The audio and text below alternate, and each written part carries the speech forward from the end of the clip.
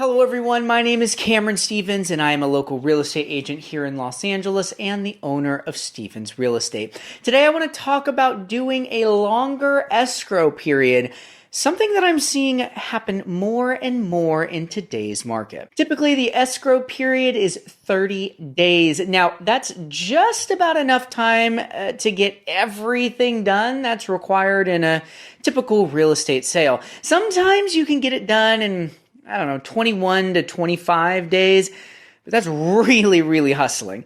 30 is standard, and sometimes it even goes over by a day or two just because there is so much to get done. But what if the seller wants a little bit more time? Well, there are two ways of handling that. You can either extend the escrow period, or you can offer a sale and leaseback. Remember, when you close escrow, that means that ownership has officially transferred, which is why these two options are very different. In a longer escrow period, the seller continues to own the property and live in it for a period of time. And with a sale and leaseback, the new buyer owns the property and agrees to rent the property back to the seller. Now, this could be for a short period, like just a few days to a week, or it could be longer, another 30 days, or even longer than that sometimes. Sometimes the seller pays for this rental period, but sometimes, in an effort to strengthen their offer, the buyer will allow the seller a free or significantly reduced rent back. It all just depends on the needs of both parties and how the negotiation went. Now, it is worth noting that you can combine these two scenarios as well. You can do a long escrow and a leaseback on top of that. But today, let's just stick with a long escrow period and discuss the implications of this. Remember, if you are still in escrow, the seller still owns the property.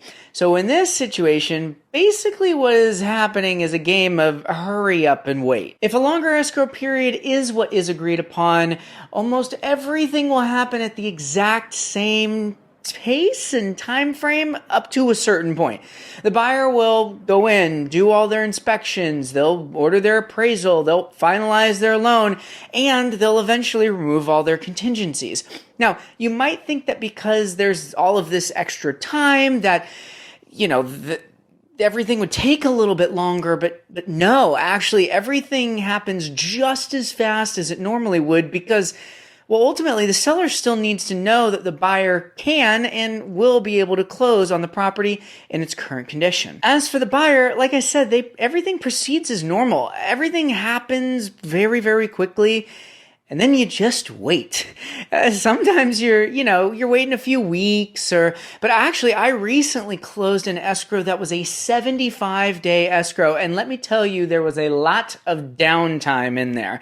You might be thinking, then if there's all of that space, what are the risks to the buyer for having that longer escrow period? That is a great question. And there is one thing in particular to really keep in mind, and that is your loan, specifically the rate on your loan. You see, mortgage rates fluctuate, and at a certain point, you're going to need to do what's called a rate lock. And this basically just means you lock in your mortgage rate for a period of time so that if the mortgage rate in general, the overall mortgage rates, if they happen to go up, then you get to keep that particular rate that you locked. The risk of this rate lock falls on your lender because if you've locked up your rate and interest rates go up, then they make less money on your loan. Now, you always pay some kind of a fee to lock your rate, but as you might imagine, if you want to lock your rate for a longer period of time, the likelihood of fluctuation is higher, and thus the lender is going to charge you more money to lock that rate in order to mitigate their risk. Similarly, if you do a shorter rate lock period, usually about a week in the typical 30-day escrow, it's a far cheaper fee. Thus, as a buyer in a long escrow, you really have two options here. You either pay more money to lock your rate for a longer period of time, if you're really happy with your rate, or you just wait. You wait to the end of the long escrow period to lock your rate kind of right there at the end for the cheaper price. And in turn, you actually do end up taking on that risk that mortgage rates go up during that time period. That being said, though we cannot predict the future, I've always been able to counsel my buyers on the pros and cons of rate locking and giving them my thoughts and opinions on where the market is going in terms of mortgage rates, and also working with a great local lender who is in tune with the market is incredibly helpful for this, as you could probably imagine. This is really the only major thing to look out for in a long escrow period. I mean, likely you did it because the seller needs to stay there longer. Maybe they need to find their new house, or maybe they need extra time to move. So you don't often run into a particular risk like, okay, so say the property is vacant and something unexpected happens, and then that unexpected thing sits there for a while and causes a lot of damage.